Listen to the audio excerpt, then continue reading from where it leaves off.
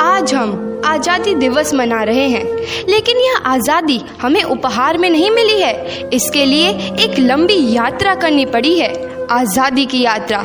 इस यात्रा में हजारों लाखों लोगों ने अपनी जान की कुर्बानी दी। 1919 जलियांवाला बाग। आज हमारी बैसाखी का दिन है, लेकिन पूरा पंजाब बैसाखी नहीं मनाएगा। हम सब बैसाखी नहीं मनाएंगे।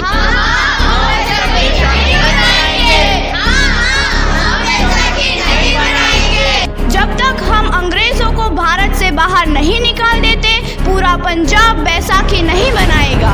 अच्छा, तो तुम सब हमारा विरोध करता है, भाग जाओ यहाँ से, इसका अंजाम बहुत ही बुरा होगा। हम नहीं जाएंगे, तुम लोग जाओगे। हमें नहीं, तुमको भारत से भागना होगा। Soldiers, fire!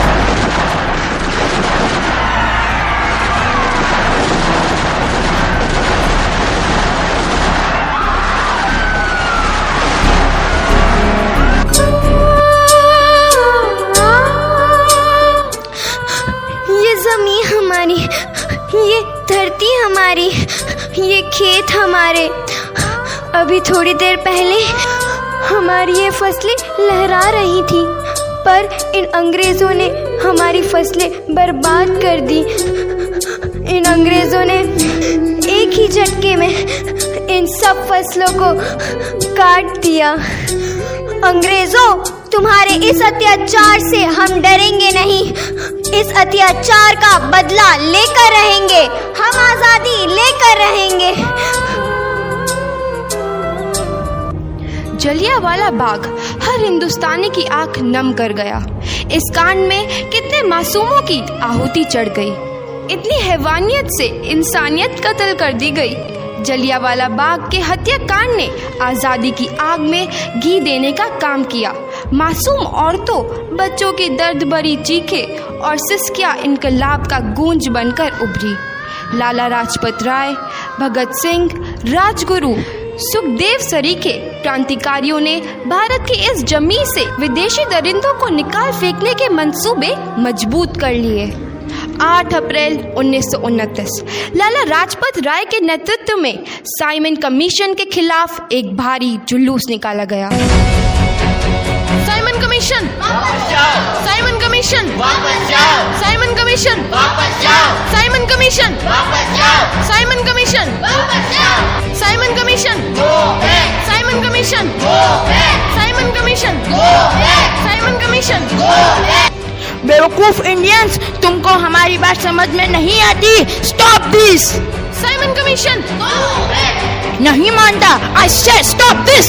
लाला जी, आप आगे बढ़ो, हम आपके साथ हैं। लाला जी, संघर्ष करो, हम आपके साथ हैं। लाला जी, संघर्ष करो, हम आपके साथ हैं। लाठी चार्ज करो!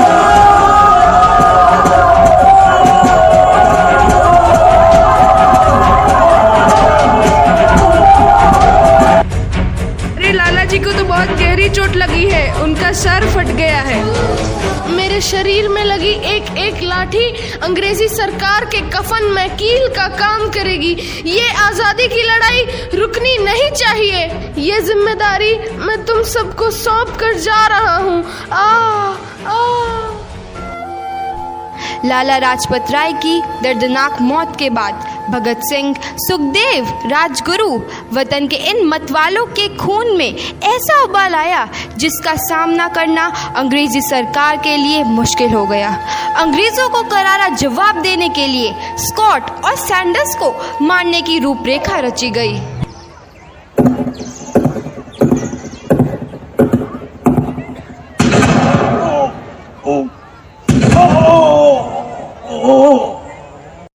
सैंडर्स मारा गया। चारों तरफ तहलका मचा था। दीवारों पर लिखा था, लाला जी की मौत का बदला ले लिया गया है। भगत सिंह समेत सभी वहां से फरार हो गए। 8 अप्रैल 1929 दिल्ली में ब्रिटिश सरकार की सेंट्रल लेजिस्लेटिव असेंबली की बैठक में 2 बम धमाके की आवाज सुनाई दी।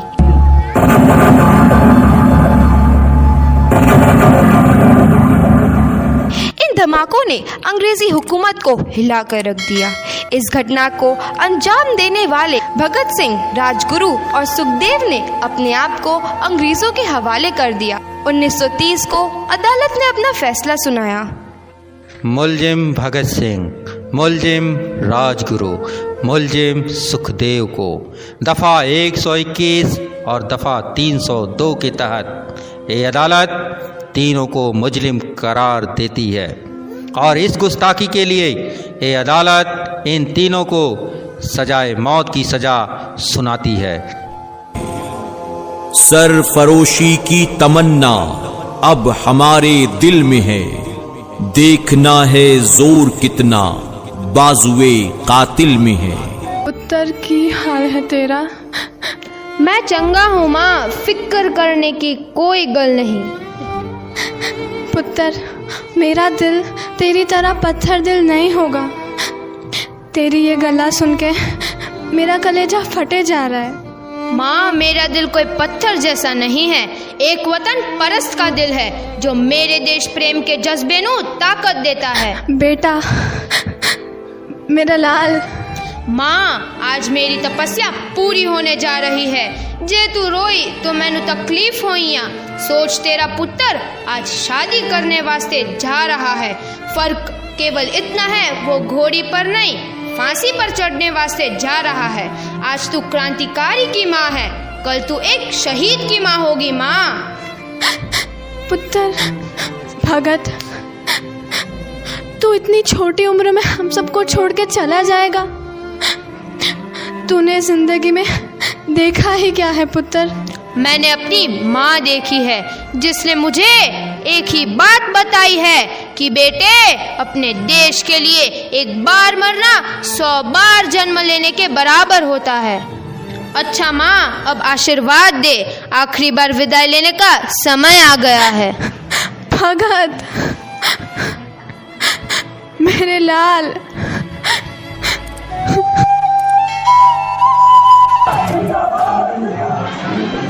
भगत सिंह, तुम्हारी कोई आखिरी ख्वाहिश? हमारे हाथ खोल दिए जाए। हम तीनों दोस्त एक दूसरे से गले मिलना चाहते हैं। उनके हाथ खोल दिए जाए।